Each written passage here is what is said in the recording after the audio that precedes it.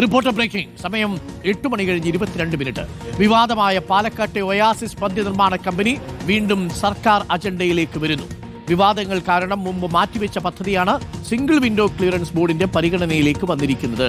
Chief സെക്രട്ടറിയുടെ അധ്യക്ഷതയിൽ ഇന്ന് ചേരുന്ന യോഗം ഈ അജണ്ട പരിഗണിക്കും. അനുമതി കിട്ടിയാൽ മദ്യനിർമ്മാണ കമ്പനി ഉടൻ വരാനുള്ള വിവിധ വകുപ്പുകളിലെ തടസ്സങ്ങൾ നീങ്ങും. നിലവിൽ ഹൈക്കോടതിയുടെ പരിഗണനയിലാണ്. ടി വി പ്രസാദും വി എസ് രഞ്ജിത്തും ചേരുന്നുണ്ട്. T V Prasad, very good morning. Ranjith, very good morning. ആദ്യം പ്രസാദിലേക്ക്. പ്രസാദ്, ഇതിപ്പോൾ പഞ്ചായത്ത് തലത്തിൽ വലിയ ഒബ്ജക്ഷൻ ഉണ്ടായിരുന്നു. ആ ഒബ്ജക്ഷനാണ് വലിയ വിവാദമായി തീർന്നത്. അതേപോലെ ലാൻഡിന്റെ കാര്യത്തിലും വലിയ തടസ്സമുണ്ടായിരുന്നു. പി പ്രസാദിന്റെ വകുപ്പും അതിന് ഒബ്ജക്ഷൻ പറഞ്ഞിരുന്നു. ഈ വകുപ്പുകളുടെ തടസ്സങ്ങൾ മറികടക്കുന്നതിന് വേണ്ടിയാണോ സിംഗിൾ വിൻഡോ ക്ലിയറൻസിലൂടെ ഈ അപേക്ഷ ഇപ്പോൾ പരിഗണിക്കാൻ പോകുന്നത്? പ്രസാദ്,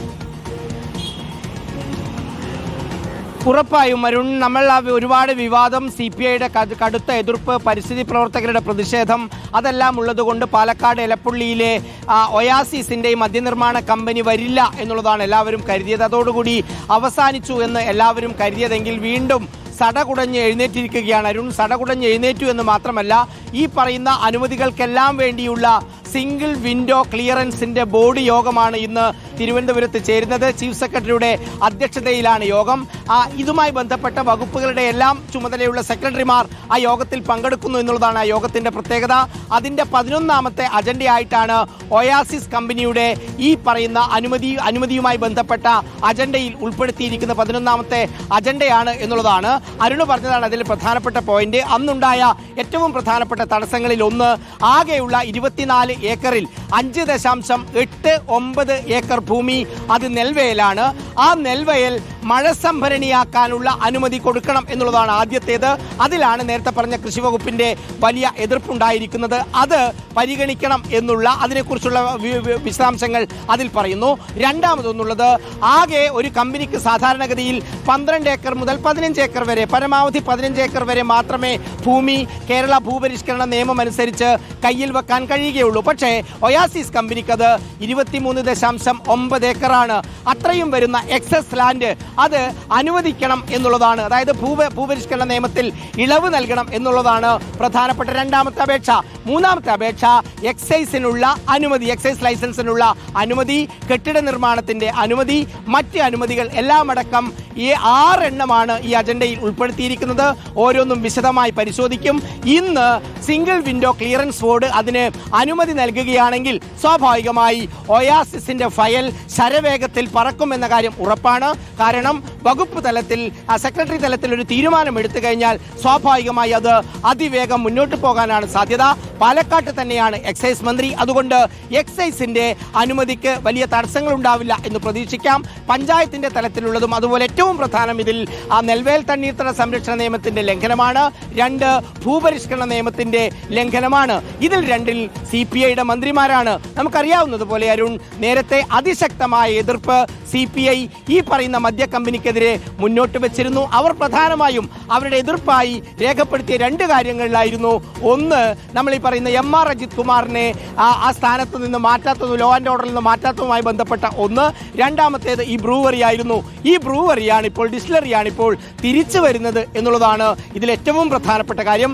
എന്തായാലും ഇന്നത്തെ മീറ്റിംഗ് അതിനിർണായകമാണ്. ഇന്നത്തെ മീറ്റിംഗിൽ അത് സംബന്ധിച്ചൊരു തീരുമാനമുണ്ടായാൽ ശരവേഗത്തിൽ ഒയാസിസിന് കാര്യങ്ങൾ നടക്കും എന്ന കാര്യം ഉറപ്പാണ് അരുൺ. വിവാദ ഡിസ്റ്റിലറി വീണ്ടും സർക്കാരിന്റെ പരിഗണനയിലേക്ക് വരുന്നു. സിംഗിൾ വിൻഡോ ക്ലിയറൻസ് ബോർഡിന്റെ അജണ്ടയിൽ ഉൾപ്പെടുത്തിയിട്ടുണ്ട്. വി എസ് രഞ്ജിത്ത്, ഈ മറ്റു വകുപ്പുകളുടെ എതിർപ്പുകൾ മറികടക്കാനുള്ള ഏറ്റവും എളുപ്പമുള്ള വഴി അത് സിംഗിൾ വിൻഡോ ക്ലിയറൻസ് കൊണ്ടുവരിക. ഈ പദ്ധതിയെ നമ്മൾ മോശമായി കാണുന്നില്ല. അതായത് സിംഗിൾ വിൻഡോ ക്ലിയറൻസ് എന്ന് പറയുന്ന പദ്ധതി യഥാർത്ഥത്തിൽ വ്യവസായത്തിൽ ഏറ്റവും സൗഹൃദമുള്ള കാര്യമാണ്. ഏത് നിക്ഷേപകനും വളരെ പെട്ടെന്ന് തന്നെ നമ്മുടെ നാട്ടിൽ വ്യവസായവും നിക്ഷേപവും ഒക്കെ തുടങ്ങാൻ വേണ്ടിയിട്ട് സർക്കാർ പ്രോത്സാഹിപ്പിക്കുന്ന പദ്ധതിയാണ്. അപ്പോൾ ഈ സിംഗിൾ വിൻഡോ ക്ലിയറൻസിലേക്ക് ഇപ്പോൾ ഒയാസിസ് കമ്പനിയുടെ അപേക്ഷ വെച്ചിരിക്കുന്നു എന്നാണ് മനസ്സിലാക്കുന്നത്. അത് മറ്റു വകുപ്പ് തല എതിർപ്പുകൾ മറികടക്കാൻ വേണ്ടിയിട്ടുള്ള ഒരു കുറുക്കുവഴി കൂടിയായി മാറുകയാണോ V S Ranjith? Doctor Arun, ഇതാദ്യമായിട്ടല്ല സിംഗിൾ വിൻഡോ ക്ലിയറൻസിന് വേണ്ടി ഈ പദ്ധതി അതിൻ്റെ അജണ്ടയായിട്ട് വരുന്നത്. കഴിഞ്ഞ വർഷം, അതായത് 2024 ഫെബ്രുവരി മാസം 14-ാം തീയതി ചേർന്ന ഇതേപോലെ സിംഗിൾ വിൻഡോ ബോർഡിന്റെ അജണ്ടയിൽ ഇതുണ്ടായിരുന്നു. അതുപോലെ തന്നെ ഫെബ്രുവരി 26 ഒരു വീഡിയോ കോൺഫറൻസും ചേർന്നിരുന്നു. അതിന്റെ ഒരു തീരുമാനമായിട്ട് നമുക്കറിയാം, ആ തീരുമാനത്തിന്റെ അജണ്ട നമ്മുടെ കൈവശമുണ്ട്.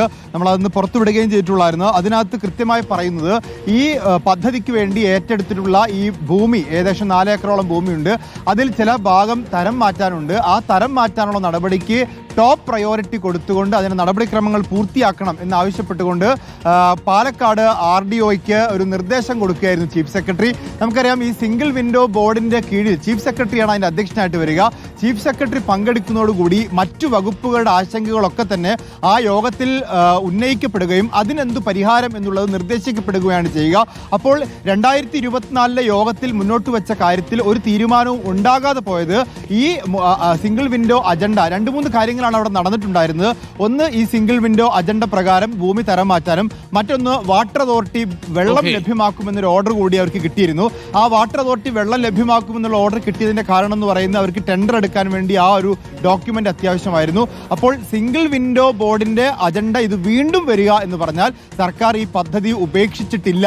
സമരങ്ങളും അതുപോലെ തന്നെ പ്രക്ഷോഭങ്ങളും ഒക്കെ പാലക്കാട്ട് നടക്കുമ്പോൾ ആ സമരങ്ങളും പ്രക്ഷോഭങ്ങളും മുഖവിലക്കെടുക്കാതെ സർക്കാർ ഈ പദ്ധതിയുമായി മുന്നോട്ട് പോകുന്നു എന്നതിന്റെ ഏറ്റവും വലിയ തെളിവാണ് 2024 സിംഗിൾ വിൻഡോ ബോർഡ് പരിഗണിച്ച പദ്ധതി വീണ്ടും സിംഗിൾ വിൻഡോ ബോർഡ് പരിഗണിക്കുകയും ഇപ്പോൾ ഉയർന്നിരിക്കുന്ന ആശങ്കകൾ പരിഹരിച്ച് കമ്പനിക്ക് മുന്നോട്ട് പോകാനുള്ള ഒരു പച്ചക്കൊടി കാണിക്കാൻ തീരുമാനിക്കുകയും ചെയ്യുന്നു എന്നുള്ളതാണ്.